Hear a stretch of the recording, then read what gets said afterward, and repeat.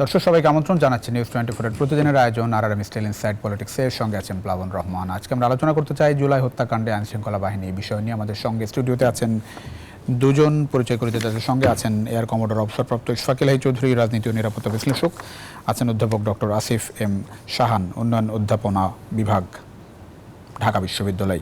দুজনকে স্বাগত জানাচ্ছি ইনসাইড পলিটিক্সে। দর্শক আমাদের সঙ্গে ভার্চুয়ালি যুক্ত আছেন ব্রিগেডিয়ার জেনারেল অবসরপ্রাপ্ত শামীম কামাল, রাজনীতি ও নিরাপত্তা বিশ্লেষক। শামীম কামাল, আপনাকে স্বাগত জানাচ্ছি ইনসাইড পলিটিক্সে। শুরু করতে চাই ইশফাক ইলাহি চৌধুরী আপনাকে দিয়ে। যেটি জাতিসংঘের পক্ষ থেকে যেই তদন্ত প্রতিবেদন এসেছে সেখানে যেটি বলা হয়েছে যে সরাসরি শেখ হাসিনার নির্দেশে এখানে আসলে গুলি করা হয়েছে এবং বাংলাদেশে প্রায় 1400-র মতো নিহত হয়েছে এই পুরো সময়টাতে। তাদের বেশিরভাগের মৃত্যু হয়েছে রাইফেল ও শটগানের গুলিতে।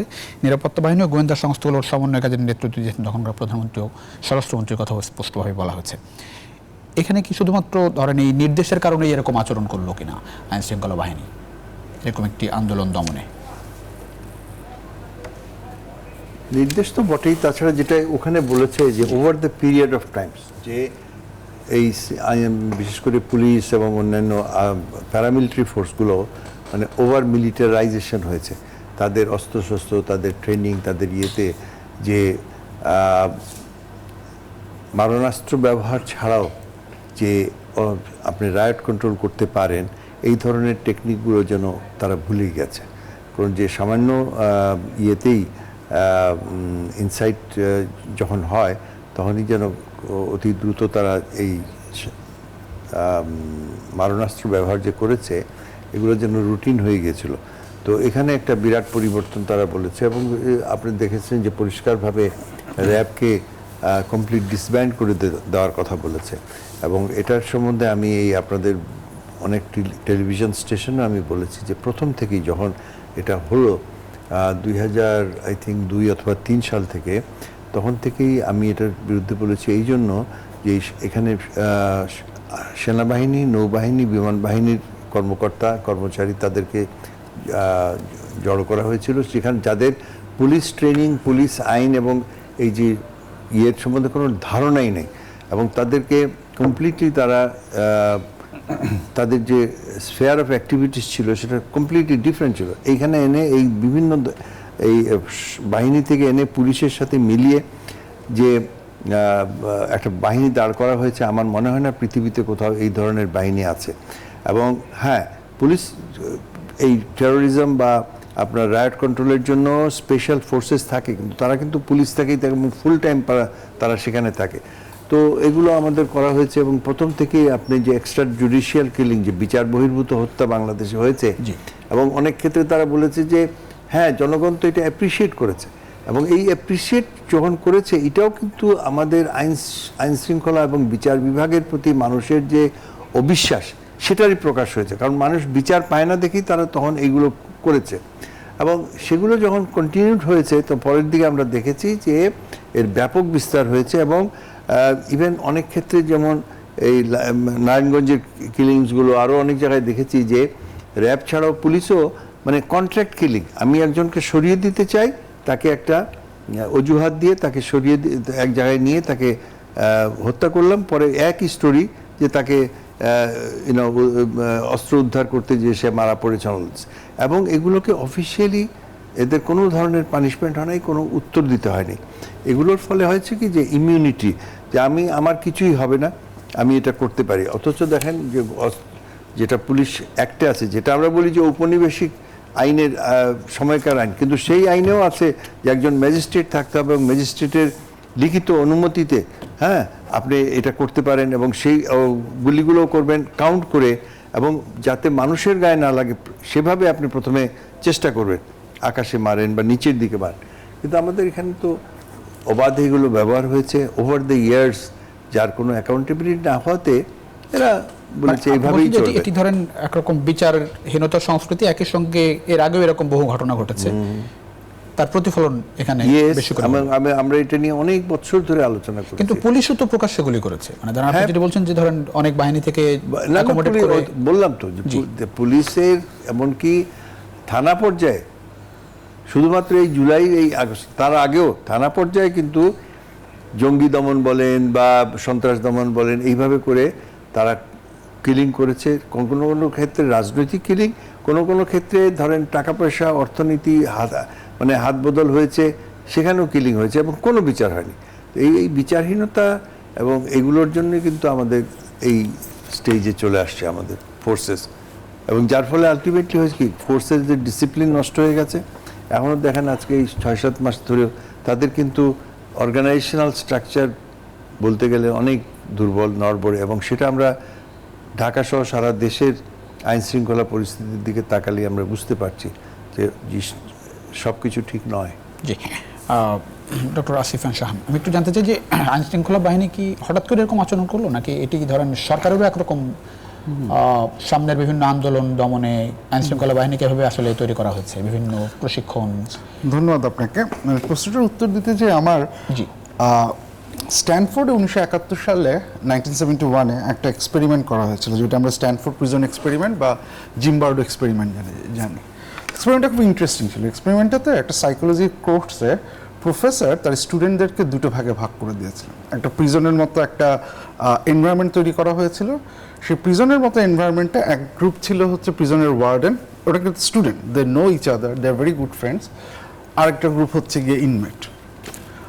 এক্সপেরিমেন্টটা চলার কথা ছিল 2 সপ্তাহ ধরে, জাস্ট দেখা যে ইন্টারাকশনটা কীরকম হয়।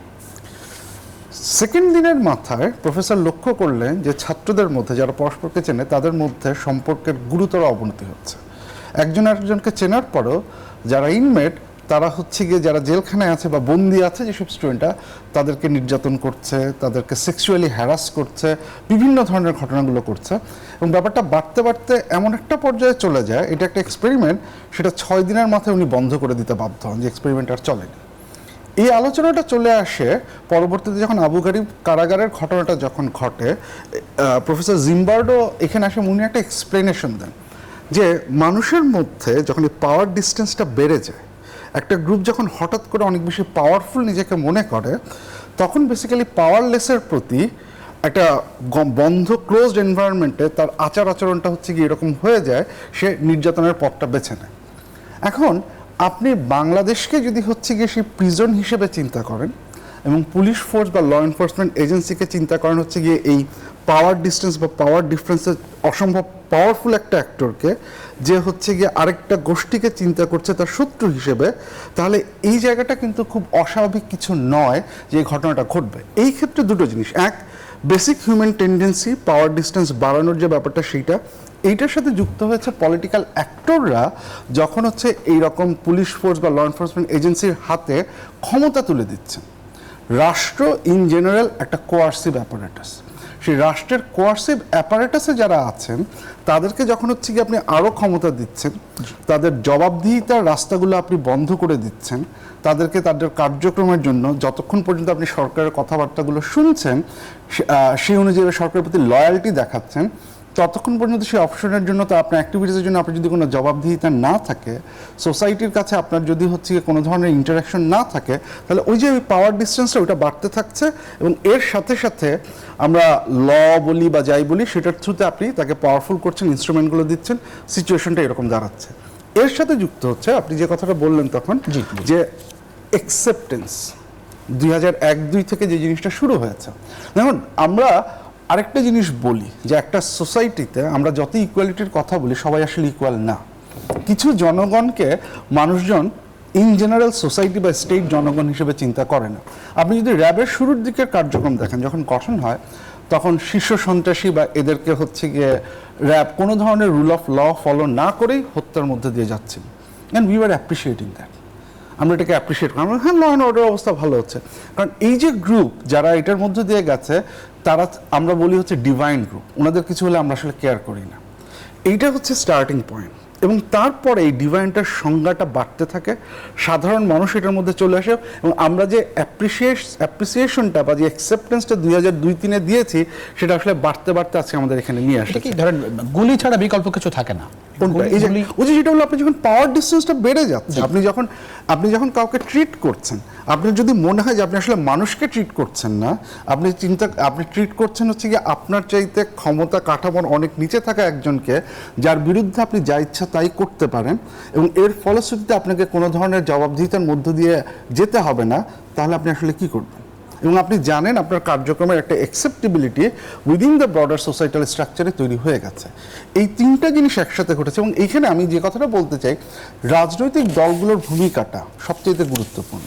কারণ এই রুলসটা সেট করা, অ্যাকাউন্টেবিলিটি বা জবাবদিহিতার কাঠামোটাকে ধ্বংস করা, এই পাওয়ার ডিস্টেন্সের বিস্তারটা বাড়ানো, এই প্রত্যেকটা জায়গায় একটা গুরুত্বপূর্ণ ভূমিকা পালন করেছে রাজনৈতিক দলগুলো। আনফর্চুনেটলি একটা পর্যায়ে যারা এটা শিকার হয়েছেন তারাই পরবর্তীতে সেটাকে ব্যবহার করে এই জায়গাটায় নিয়ে এসেছেন। বাট এইটার দায়ভার অবশ্যই রাজনৈতিক দলগুলোকে নিতে হবে, খুব বড়ভাবে অনেক নিতে হবে। ধন্যবাদ। একটু আমাদের সঙ্গে আছেন ব্রিগেডিয়ার জেনারেল অবসরপ্রাপ্ত শামীম কামাল, শুনতে পাচ্ছেন নিশ্চয়ই শামীম কামাল? আমি একটু জানতে চাই, জুলাই আন্দোলনের দমনের সমন্বয়ের নেতৃত্ব দেন প্রধানমন্ত্রী সরাসরি এবং সেখানে 1400 মানুষকে গুলি করে হত্যা করা হয়েছে। এরা তো আসলে অপরাধী না, রাস্তায় নেমেছিল প্রতিবাদে বিক্ষোভে, নির্বিচারে কেন এভাবে আসলে এগুলো চালাতে হলো? এটা কি ধরেন একেবারেই পূর্ব পরিকল্পিত, নাকি দীর্ঘদিনের সংস্কৃতির প্রতিফলন দেখলাম আমরা জুলাই হত্যাকাণ্ডে, অভ্যুত্থানে? ধন্যবাদ আপনাকে, ধন্যবাদ আজকে বিজ্ঞ সহ আলোচক বৃন্দ এবং দর্শক শ্রোতাকে। আমি আপনার কথার উত্তর পরের জিনিসটা, এটারও একটি সংস্কৃতি। এটা শুধু এই মুহূর্তে আমরা দেখছি বা জুলাই আগস্টে আমরা দেখলাম এটা আওয়ামী লীগ সরকার করছে গত 15 বছর ধরে। কিন্তু পূর্বে যে সরকারগুলো ছিল তারাও কিন্তু একই সংস্কৃতি করে চর্চা করে আসছে। এখন এটা ঠিক আছে, আমাদের যে জাতিসংঘের যে রিপোর্টটা, কমিশন রিপোর্ট যেটা করেছে, এটা কিন্তু দেখুন খুব সৌভাগ্যের একটা বিষয়। জাতিসংঘের প্রভাব কিন্তু পৃথিবীর অনেক জায়গায় অনেক ভাবে চেয়ে থাকে, কিন্তু সেখানে কিন্তু পৌঁছায় না। আর আমরা এত সৌভাগ্যবান যে চাহিদা মাত্র পাইয়া গেলাম। তো সেটা এটা রিফ্লেকশন, এত অল্প সময়ের মধ্যে তারা প্রতিবেদন দিয়েছে এবং তারা খুবই স্পষ্ট ভাবে বলেছে এখানে সাবেক প্রধানমন্ত্রীর সুস্পষ্ট ইনভলভমেন্ট আছে। এটা কিন্তু কোনো সহজ বিষয় নয়, এটার অত্যন্ত স্ট্রং একটা নৈতিক ভিত্তি আছে পরবর্তীতে। কিন্তু এখানে যে বিষয়গুলি কেন হচ্ছে, আমাদের যে পলিসি ব্যবস্থা, আমাদের যে আইন শৃঙ্খলা পরিস্থিতির ব্যবস্থার যে কাঠামো, সেটা কোনো স্ট্যান্ডার্ড আন্তর্জাতিক কোনো মানের ধারে কাছে পর্যন্ত নাই। আমি বলি যে ইউজ অফ ফোর্সের কিছু বেসিক প্রিন্সিপাল আছে। তার মধ্যে প্রথমটা হচ্ছে কি লেজিটিমেসি, এই টার্গেটটা বৈধ কিনা। দেন হচ্ছে প্রপোর্শনালিটি, এটা আনুপাতিক কিনা। তারপর হলো মিনিমাম ইউজ অফ ফোর্স, এরকম 4-5টা আপনার মিলিটারি নেসেসিটি প্রয়োজন আছে কিনা। এগুলি চিন্তা করে আপনি একজন সাধারণ মানুষ, আবু সাইদ দাঁড়িয়ে থাকলো, সেখানে আপনি লেথাল অস্ত্র ব্যবহার করলেন, অ্যাবসার্ড, ওটা হতেই পারে না, এটা আনুপাতিক নয়, কোনোভাবে এটা সমানুপাতিক নয়। মানে আবু সাইদ মুগ্ধরা কি কোনো লেজিটিমেট মিলিটারি টার্গেট? নো। এটা সুতরাং যে কোনো স্ট্যান্ডার্ড, এটা একেবারে সাব স্ট্যান্ডার্ড একটা বিষয়। সুতরাং এই চর্চাটা আমাদের দেশে দীর্ঘদিন ধরে চলে আসছে, এইটারই সুযোগ নিয়েছে গত স্বৈরাচারী সরকার। যেহেতু আবু সাইদের কথা উঠলো, সে কারণে আসলে জানতে চাই, ধরুন ওই সময় কি আপনার কি মনে হয় যে আবু সাইদকে যে গুলি করা হলো সেটিও প্রধানমন্ত্রীর নির্দেশ ওই সময় ছিল? না, এটা তো ওইভাবে পয়েন্ট, প্রত্যেকটা ইস্যুতে আলাদা ভাবে যে নির্দেশ দেবেন তা না। এটা তো খুব স্বাভাবিক স্ট্র্যাটেজিক পর্যায়ে একটা নির্দেশ হতে পারে যে যত আন্দোলন আছে, যত বিদ্রোহী আছে, যত বিক্ষোভকারী আছে, তাদেরকে শান্ত করো যেভাবে পারো। এটাই সিম্পল একটা ইনস্ট্রাকশন। এখন যার যেরকম পদ্ধতি, যেভাবে গোয়েন্দা সংস্থারা তুলে নিয়ে আসবে, তাদেরকে জিজ্ঞাসাবাদ করবে, পুলিশ তাদেরকে প্রথমে লাঠিপিটা করবে, তারপরে জল কামান ছুড়বে, গরম পানি ছুড়বে, পেপার ছুড়বে, তারপরে আপনার গুলি করবে। এক একজনের এক একভাবে স্টাইল। সুতরাং এখানে ইনস্ট্রাকশনটা হচ্ছে এই আন্দোলনকে ঠেকাও বা দমাও, সেক্ষেত্রে যার যেটা প্রয়োজন সে সেটাই ব্যবহার করবে। তো এখানে হয়েছে কি, আমাদের দীর্ঘদিনের স্বাধীনতার পর থেকে আমাদের এগুলি এত বেশি অপসংস্কৃতি এগুলি নিয়ে, সুতরাং এখানে কোনোভাবেই আমরা ভালো কিছু, মানসম্মত কোনো কিছু আশা করতে পারি না। এবং জাতিসংঘর যে প্রতিবেদন হিউম্যান রাইটস অর্গানাইজেশনের, সেখানে কিন্তু ক্লিয়ারলি 8টা মোটা দাগে কিন্তু তারা জিনিসগুলো বের করেছে। ফার্স্ট অফ অল মৃত্যু পরিসংখ্যান দিয়েছে যে কতজন মারা গেছে, 1400, তার মধ্যে 12 থেকে 13% হচ্ছে শিশু। তারপরে শিশু মানে 17-18 বছর নিচে। দ্বিতীয়ত হলো মানবতা বিরোধী অপরাধ হয়েছে কিনা, এটা আর্টিকেল 7 রোম স্ট্যাটিউট যেটা আছে, সেটা অ্যাবসলিউটলি এটা একটা মানবাধিকার বিরোধী একটা কাজ হচ্ছে। অপরাধী চিহ্নিতকরণ, পুলিশ, র্যাব, ডিজিএফআই, এনএসআই, এমন কোন সরকারি সংস্থা বা বাহিনী নাই যারা এইটাতে জড়িত ছিল না। তারপরে আপনি দেখুন আইটি ক্ষেত্রে এনটিএমসি, তারপরে আপনার কি বলে আপনার বিটিআরসি, সকলে গোয়েন্দা সংস্থা সবাই কিন্তু একসাথে আপনার কিভাবে একটা দেশে একটা নির্দিষ্ট সময়ের জন্য ইন্টারনেট ব্ল্যাকআউট হয়, সেই বিষয়গুলো তো কঠিন কিছু না বোঝা। এবং সবচেয়ে বড় হলো যে জিনিসটা খুব ইন্টারেস্টিং আমার মনে হচ্ছে যে সেনাবাহিনীর ঘটনাটাকে, সশস্ত্র বাহিনীর ব্যবহারটাকে ঠিক দ্বৈত ভূমিকার কথা বলেছে। অর্থাৎ 20 জুলাই সেনাবাহিনীকে নিয়োগ করা হয়, সশস্ত্র বাহিনীকে, তখন পর্যন্ত এটা ইনএক্টিভ সিভিল পাওয়ারে ছিল। কিন্তু যখন পরবর্তীতে সেনাবাহিনী সিদ্ধান্ত নিল যে ছাত্রদের বিরুদ্ধে যাবে না, এই আন্দোলনের বিরুদ্ধে যাবে না, তখন কিন্তু ঘটনা উল্টে গেল এবং তখন মানে রোলটা পাল্টে গেল। এখানে একটা জিনিসের আমি সূক্ষ্ম একটা অবজারভেশন দিচ্ছি। এখানে বলা হচ্ছে যে অস্ত্রগুলি ব্যবহার হয়েছে, যে হত্যাকাণ্ডগুলো হয়েছে, সেখানে 66% যে হত্যা হয়েছে সেখানে ব্যবহার হয়েছে যে অ্যামুনিশনটা 7.6 to 0.39 মিলিমিটার। এই অস্ত্রটা কিন্তু বাংলাদেশের সকল বাহিনীর বেসিক অস্ত্র। এটা হলো BD-08, এটা আমাদের বাংলাদেশ অর্ডিন্যান্স ফ্যাক্টরিতে তৈরি হয়। সো পুলিশ বলেন, আনসার বলেন, বিজিবি বলেন, র্যাব বলেন, সবার কাছে এই অস্ত্রটা আছে। সুতরাং এখানে কোনো না কোনো ভাবে একটা ইঙ্গিত করা হয়েছে যে এই হত্যার দায়, মানে অনেক মৃত্যুর দায়িত্ব সশস্ত্র বাহিনীর কাছে যায়। বিষয়টা আসলে সেটা না। অবশ্যই সশস্ত্র বাহিনী বা আর্মি কয়েকটা জায়গায় ফায়ার করেছে আমরা জানি, বাট এটা বেশিরভাগ ক্ষেত্রে পুলিশের যে অস্ত্র ব্যবহার করে, সশস্ত্র বাহিনী সে একই অস্ত্র ব্যবহার করে। সুতরাং এখানে আমি মনে করি এই যে একটা ছোট্ট একটা মানে অবজারভেশন। তো যাই হোক, এখন এই যে বললাম যে একটা শক্তিশালী নৈতিক ভিত্তি আছে, কিন্তু এটা ডিপেন্ড করবে বিচার কিভাবে হবে না হবে, সেটা হলো আইনি কাঠামো কি, আমাদের বিচার ব্যবস্থা কি, এবং আমাদের কালচার কি, বিচারের সংস্কৃতিটা কি। এটা কিন্তু ঢিমে তালে দীর্ঘসূত্রিতা, অন্তর্বর্তীকালীন সরকার, আমার স্পষ্ট বক্তব্য, তারা কোনোভাবে এটা দায় এড়াতে চাবেন। পরবর্তীতে যে রাজনৈতিক দল ক্ষমতা আসবে, তারা এটা ধারই ধারবে না। সুতরাং ওইসব ছাত্র জনতা যারা জীবন দিয়েছে, যারা পঙ্গুত্ব বরণ করেছে, তাদের জন্য আফসোস করা ছাড়া আমাদের কিছুই থাকবে না। এইটাই হলো বাংলাদেশের বাস্তবতা। আজকে 6 মাস হয়ে গেল, আপনারা কি স্পষ্ট জানেন না 2-4টা হত্যাকাণ্ডে আবু সাইদকে কে হত্যা করেছে? আপনাকে ধরতে পারেননি যে বড় বড় ধরনের যারা দানব ছিল, কাদের নির্দেশে হয়েছে, তাদের হাতের কাছে। কেন তাদেরকে স্পিরিট ট্রায়ালের মাধ্যমে 2-1টা বিচারের অবস্থান তৈরি করা হচ্ছে না? তো এইভাবে কালক্ষেপণ করে আর 6 মাস পার করলে কিন্তু অন্তর্বর্তীকালীন সরকার বলবে যে না, আমাদের সময় নেই, this is not our job. এবং পরবর্তী রাজনৈতিক দলের তো কোনো বালাই থাকবে না, তাদের কোনো দায়ই থাকবে না, বিকজ তারা তো এই আন্দোলনের মানে বড় কোনো মানে স্টেক হোল্ডারও ছিল না। তারা এটা পরিস্থিতির একটা সুযোগ পেয়েছে, এটাকে কাজে অফকোর্স তাদের আমরা অস্বীকার করছি না, কিন্তু মোটা দাগে হলো যে দেখুন, এই যে যারা আন্দোলনে জীবন দিল, যারা পঙ্গুত্ব বরণ করলো, তাদের কিন্তু বিচার প্রক্রিয়া তো চলছে। এবং এর মধ্যে তো বেশ কিছু টপ লিডার ধরা পড়েছে, আওয়ামী লীগের অনেকেই ধরা পড়েছে, এবং আইন শৃঙ্খলা রক্ষাকারী বাহিনীর মধ্যে থেকে আমরা দেখছি যে এর মধ্যে ধরা পড়া শুরু হয়েছে, গ্রেফতার শুরু হয়েছে। আমরা নিশ্চয়ই পরবর্তীতে আসবো আপনার কাছে। আমি একটু আসতে চাই, একটু স্টুডিওতে ফিরতে চাই প্লিজ। বুঝেছেন? জি, আপনি বললেন ইতিমধ্যে ধরা পড়ে গেছে, ইয়ে হয়েছে। আজকে দেখেন কিছু কোর্ট সংখ্যক বলেছে এখন পর্যন্ত একটা প্রপার চার্জশিটই হয়নি। 7 মাস। আমি গ্রেফতারের কথা বলেছি। গ্রেফতার তো আপনি এই যে এই গ্রেফতারেরও ইয়ে হচ্ছে যে শত শত অমুক প্লাস 200 লোক অমুক, এগুলো তো দিস আর মানি আর্নিং ইয়ে। আপনি যখন এই যে ইয়েগুলো বলছে না, একজন নীলফামারীতে তাকে আপনি মার্ডার কেসে দিচ্ছেন কক্সবাজারে, তো তার সাথে আরো 200 লোক, 200 লোক হচ্ছে গ্রামে। এখন আপনার অ্যানাদার রেইন অফ টেরর। মানুষ সরকার কাছে কিন্তু ওরা তো একই পুলিশ, একই আইন শৃঙ্খলা বাহিনী, ইউসি। তো এগুলো he is absolutely right that এখন যদি এতদিন যখন হয়নি, আমাদের আশাহত হওয়ার যথেষ্ট কারণ আছে। আজকে দেখেন বলে দিয়েছে ডিসেম্বরের মধ্যে ইলেকশন হবে, রাইট? এখন complete focus will be on election, complete focus will be election. তবে আমি মনে করি যে like he has said very correctly, 7.62 আমাকে এর আগেও প্রশ্ন করা হয়েছে, 7.62 রাইফেল, এই যে চাইনিজ রাইফেল বলে আমরা যাকে বলি, ইজ দ্য স্ট্যান্ডার্ড। এখন 303 চলে গেছে, standard rifle of our all. ওই প্যারেডে দেখবেন ওই যে বিডিপিও যাই, এবং this is what is over militarization. আমাদের ইভেন পুলিশ করেছে কি, তাদের ড্রেস ট্রুস এগুলো সব আর্মির মতো করে ফেলছে। তারা স্টার ইউজ করে, দে ইউজ দি এগলেটস হিয়ার, এগুলো তো মিলিটারির ব্যাপার, ইতিহাসের 1000 বছরের ইতিহাস।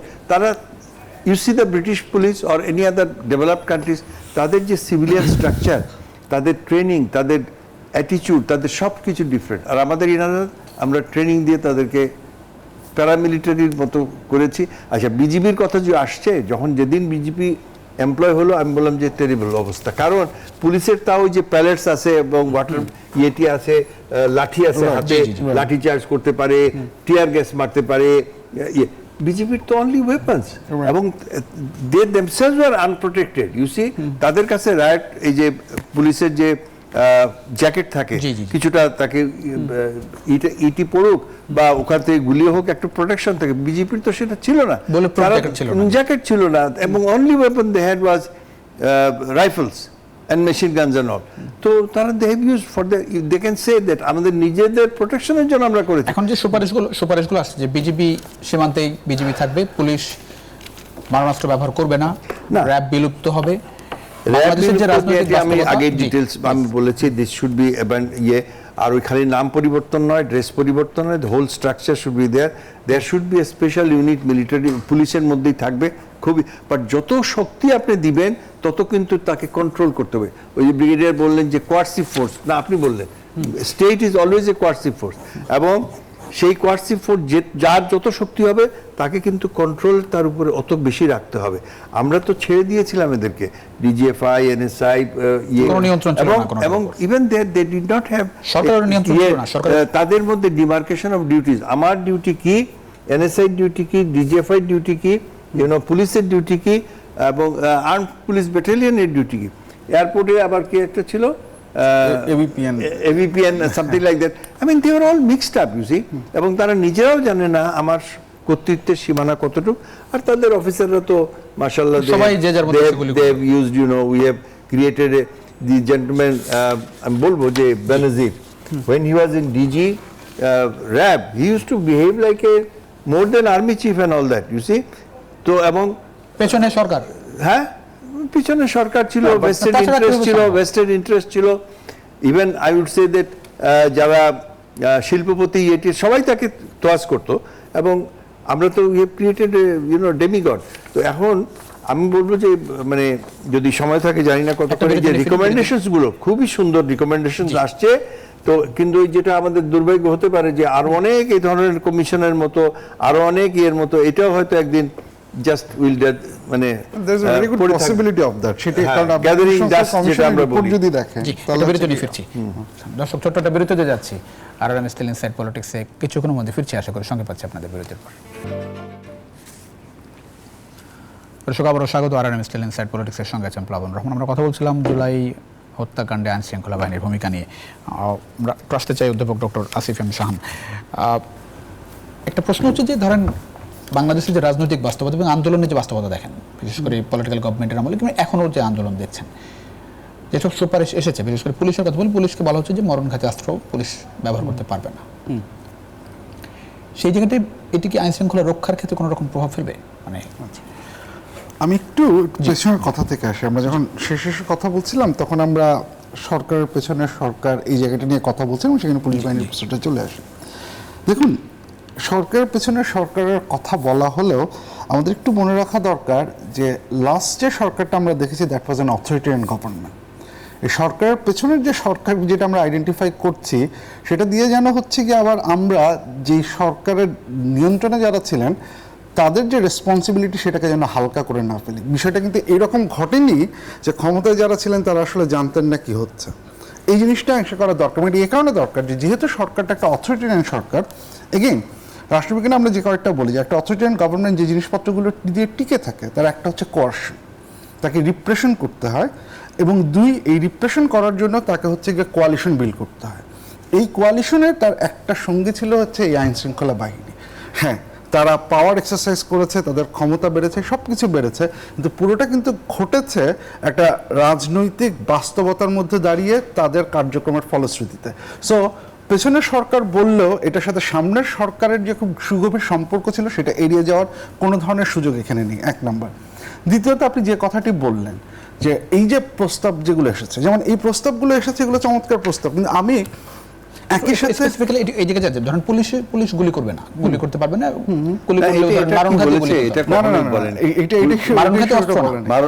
মারণঘাতী অস্ত্রের ব্যাপারটা আর হচ্ছে কি পুলিশ দুটোতে দুই জিনিস। জি, দুটো জিনিস আপনার ব্রিটিশ আমলই বলেন, পাকিস্তানি আমলে বলেন, সব দেশে, এমনকি মার্কিন যুক্তরাষ্ট্র বলেন, ইভেন গ্রেট ব্রিটেন, Right. অস্ত্র আছে, অস্ত্র ব্যবহার করতে, but that's non as arm police.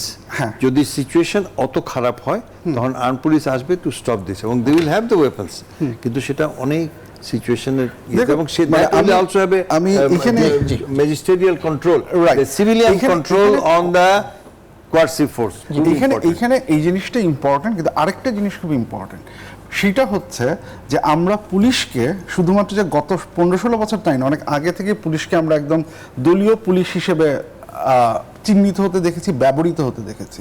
এখন প্রশ্ন হচ্ছে, আপনি এটা কমান বাড়ান বা যাই করুন, পুলিশের সেই জায়গাটা যদি হচ্ছে কি আপনি পরিবর্তন না করেন, এবং আমার সবচেয়ে বড় সমস্যাটা হচ্ছে ওই জায়গায়। কেন আমি বলি, যেমন এই রেকমেন্ডেশনগুলোর মধ্যে একটা রেকমেন্ডেশন আছে যে এই যে পুলিশের নিয়োগ বলেন, প্রমোশন বলেন, বদলি বলেন, ট্রান্সফার বলেন, এগুলোকে সরকারি দলের নিয়ন্ত্রণের বাইরে কিভাবে রাখা যায়, এই প্রোটেকশনটা কিভাবে দেওয়া যায়, সেটার জন্য তারা একটা ইন্ডিপেন্ডেন্ট কমিশনের কথা বলেছে। সেই জিনিসটা এখানে আছে। মজার ব্যাপার হচ্ছে, আমাদের একটা পুলিশ রিফর্ম কমিশন হয়েছে। সেই পুলিশ রিফর্ম কমিশনের আপনি যদি রেকমেন্ডেশনটা দেখেন, তাহলে সেইখানে এই ইন্ডিপেন্ডেন্ট কমিশনের ব্যাপারে তাদের রেকমেন্ডেশনে 3টা বাক্য আছে। প্রথম বাক্যটা হচ্ছে যে কমিশনের সদস্যরা একটি স্বাধীন একটি কমিশন তৈরি করার ব্যাপারে মতৈক্যে পৌঁছেছেন। 3 নম্বর বাক্যটা হচ্ছে, এই কমিশন কি স্ট্যাটিউটরি হবে, সাংবিধানিক হবে, এটার চেহারা কি হবে, এটা কোথায় থাকবে, এই ব্যাপারে বিস্তারিত গবেষণা না করে এই ধরনের কোনো কিছু করা যাবে না, আমাদের আরও অনেক সময় লাগবে। তার মানেটা কি দাঁড়াচ্ছে, আপনি একটা আমলাতান্ত্রিক একটা ভাষা এমনভাবে ব্যবহার করলেন যার মাধ্যমে এই ধরনের প্রক্রিয়া বা যেটা করা দরকার সেটাকে আপনি আটকে দিচ্ছেন। আমার ভয় হচ্ছে এইটাই, যে এখানে যে সুন্দর কথাবার্তাগুলো থাকবে, সেটার যখন ডিজাইনের জায়গায় আসবে, ইমপ্লিমেন্টেশন প্ল্যান যখন করা হবে, সেই প্ল্যানের ক্ষেত্রে আপনি এই ধরনের ভাষাগুলো দেখবেন, আপনি এই এক্সপেরিমেন্টগুলো দেখবেন, যার বাস্তবায়নের Of course, জি, অনেক ধন্যবাদ। শামীম কামাল, শুনতে পাচ্ছেন নিশ্চয়ই। আমি একটু বাস্তবায়ন নিয়ে আপনি আসলে কতটা আশাবাদী? অনেক সুন্দর সুন্দর প্রস্তাবনা, সুপারিশ এসেছে, র্যাব বিলুপ্তির সুপারিশ এসেছে, পুলিশ বিষয় এসেছে, বিজিবি সীমান্তে থাকবে, বাস্তবায়ন নিয়ে কতটা আশাবাদী আপনি? আচ্ছা, আমি আসলে অত্যন্ত আশাবাদী, মানে বাদী মানুষ একজন, আশা করতে চাই। কিন্তু আমার যে অতীতের অভিজ্ঞতা, তাতে আমি ধারণা করছি শুধু পুলিশ কমিশন কেন, যতগুলি সংস্কার হয়েছে তার একটিও বাস্তবায়ন সম্ভব কিনা আমি এটা নিয়ে প্রচন্ড সন্দিহান। এর কারণ হচ্ছে এটা, যে এটা আজকে চমৎকার চমৎকার ভাষাগত আপনি সংস্কারের প্রস্তাব দিলেন, এটাকে তো পার্লামেন্ট রেটিফাই করতে হবে, সেটার জন্য একটা ঐকমত্যে আসতে হবে। কোনো দিনে বাংলাদেশের কোনো মানে সামগ্রিকভাবে একটা ঐকমত্য তৈরি হওয়া সম্ভব না। আমি আপনাদের আলোচনা শুনছিলাম যে দেখুন, আসলে বিপ্লবের উদ্দেশ্যটা কি, মানে যারা বাম দর্শনে তারা বলেন যে revolution is the precondition of piece, তাই না? তো বিপ্লবটা হচ্ছে এই জন্যই হয় যাতে বিপ্লব উত্তর যে বিপ্লব পূর্ব যে পরিস্থিতি অশান্ত বা খারাপ বা যে পরিস্থিতি আছে তার থেকে উন্নতি করা। এখন আমাকে বলেন যে 6-7 মাস আগে যে বিপ্লবটা হলো, তারপরে আমরা এখন যে অবস্থায় আছি, এইটাকে বিপ্লব পূর্ব অবস্থা থেকে উন্নত কিছু না, মোটেই না। অন্তর্বর্তীকালীন সরকারের যে বেসিক যে কাজগুলো, আইন শৃঙ্খলা পরিস্থিতি প্রচন্ডভাবে ব্যর্থ হয়েছে। রাজনৈতিক দলগুলি সুযোগ নিয়েছে, স্থানীয় প্রশাসন, মাঠ প্রশাসন আপনার জিম্মি হয়ে আছে, মানে কোন রাজনৈতিক দলের কাছে। মিথ্যা মামলা, একটা মেয়েকে অপহরণ করার জন্য 67 জন সচিবের নাম দেওয়া হয়েছে, 179 জন সেই আসামির তালিকায়। এবং এটা এতবার করে বলা হচ্ছে, এর উপরে প্রজ্ঞাপন বের করা হলো যে কোনোভাবে যেন মানে নিরপরাধ মানুষকে হয়রানি করা না হয়। আইজিপি মহোদয় সেদিনও বললেন যে যদি প্রয়োজন হয় যারা মিথ্যা মামলা, তাদের বিরুদ্ধে কাজ হচ্ছে না, কোনোভাবে কাজ হচ্ছে না। সুতরাং আমার বক্তব্য হচ্ছে, আমরা এখন যেখানে আছি, বিপ্লব পূর্ব বাংলাদেশে যা ছিল তার থেকে খারাপ অবস্থার দিকে যাচ্ছি। সুতরাং এখানে সুন্দর সুন্দর কথা বলে হবে না, কোনোভাবে চেঞ্জ হবে না। বাংলাদেশে পুলিশ যদি অস্ত্র ব্যবহার না করে, তাহলে রিমোট অঞ্চলে যে আইন শৃঙ্খলা পরিস্থিতি, এটাকে নিয়ন্ত্রণ করা সম্ভব না। এটা ইউরোপ না, ইউরোপে বা ওয়েস্টার্ন কান্ট্রিতে পুলিশের সদস্য আছে ফ্রম দ্য বেস্ট ফ্যামিলিজ, তাদেরকে আদর করে এবারে ববি বলা হয়। আর আমাদের এখানে অপসংস্কৃতি, দেখুন এর মধ্যে পুলিশের কিন্তু এই সময় তো আরো ভালো থাকার কথা আইন শৃঙ্খলা পরিস্থিতি, এবং এটি তো ধরেন ডে 1 থেকে এটি নিয়ে আলোচনা হচ্ছে আইন শৃঙ্খলা পরিস্থিতি নিয়ে। তারপরেও কেন আসলে উন্নতি দেখছেন না, মানে একটু কারণ কি দেখেন? আমি সরকারের কারণ দেখেন, আমি বলেছি, দেখুন সেনাবাহিনীকে প্রথমবারের মতো ম্যাজিস্ট্রিয়াল পাওয়ার দিয়ে মাঠে নিয়োগ করা হয়েছে। আমি ইন্ডিপেন্ডেন্ট টেলিভিশনে একটা বক্তব্য দিয়েছিলাম যে যদি সেনাবাহিনীকে বহুমাত্রিক ব্যবহার করা হয়, প্রত্যেকটা উপজেলায় যদি পাঠানো হয়, 15 দিনের মধ্যে আইন শৃঙ্খলা পরিস্থিতি ড্রাস্টিক মানে পরিবর্তন হবে। সেখানে লিপস্টিক লাগিয়ে সেনাবাহিনীকে বসে রাখা হয়েছে। এই ইন্ডিপেন্ডেন্ট টেলিভিশনের এই বক্তব্যটা 22 লক্ষ ভিউ হয়েছে এবং লাইক হয়েছে। তার মানে 22 লক্ষ লোক বুঝতে পারছে যে সেনাবাহিনীকে এখন মাঠে পৌঁছানো দরকার। এবং এবার যে আপনার ম্যাজিস্ট্রেসি পাওয়ার দেওয়া হয়েছে, সেখানে কিন্তু শুধুমাত্র বাংলাদেশ পেনাল কোড 128 থেকে 132 উল্লেখ করা হয়নি। এই প্রজ্ঞাপনে পুলিশের যত ধরনের ক্ষমতা আছে সবকিছু সেনাবাহিনীকে দেওয়া আছে। তাহলে কেন সেনাবাহিনীকে ব্যবহার করা হচ্ছে না? তাহলে আমি সরকারের আন্তরিকতা বড় এখানে ঘাটতি পাচ্ছি। তার মানে বিষয়টা কি, কোনোভাবে দায় এড়ানোর জন্য। এবং দেখুন, প্রফেসর ইউনূস অত্যন্ত সম্মানিত মানুষ, পুরো পৃথিবীতে একজন প্রভাবশালী মানুষ, আমরা স্বীকার করি তার প্রজ্ঞা, তার জ্ঞান, তার আদর্শ সবই আমরা মানে স্বীকার করি। কিন্তু উনি যখন বলেন যে আমাদের কিছু করার নাই, আমরা এই ধরনের কাজের না হইলে ভালো, না হলে কিছু করার নেই, এই ধরনের দায়িত্ব জ্ঞানের কথা তো এই জায়গায় এইগুলিতে বলা যায় না। তাহলে এখানে এইভাবে বলছেন, স্বরাষ্ট্র উপদেষ্টা বলছেন, আইজিপি বলছেন, কাজ হচ্ছে না। ওই যে মিথ্যা মামলার তালিকা নিয়ে ডিবি পুলিশ এখন গ্রামে গ্রামে ঘুরে বেড়াচ্ছে। আমি গ্রাসরুট লেভেলের সাথে আমি সংযুক্ত, প্রত্যেকটা দিন আমাকে এইভাবে ফোন করা হচ্ছে, ভাই ডিবি পুলিশ হচ্ছে পার্টি। আরে ভাই, এটা চরিত্র তো চেঞ্জ হয় নাই। এই ডিবি পুলিশ যারা পুলিশে আসছে তারা তো 14 লক্ষ 12 লক্ষ টাকা ঘুষ দিয়ে আপনার ঢুকেছে। তাদের উপায়টা কি? তারা তো এটা করবেই। সুতরাং আপনি যতই পোশাক পরিবর্তন করেন, যতই সংস্কার আনেন, চরিত্র যদি পরিবর্তন না হয়, পুলিশ যদি আপনার ববি হতে না পারে। বক্তব্য একেবারে পরিষ্কার। অনেক ধন্যবাদ। আমরা এক ছোট্ট একটা বিরতিতে যেতে হচ্ছে, সময় হাতে খুব বেশি পাবো না, একটা বিরতিতে যাচ্ছি দর্শক। বিরতির পরে ফিরছি দুজনের কাছে। দর্শক, ছোট্ট একটা বিরতির ফিরছি কিছুক্ষণের মধ্যে, আশা করি সঙ্গে পাচ্ছে আপনাদের বিরতি।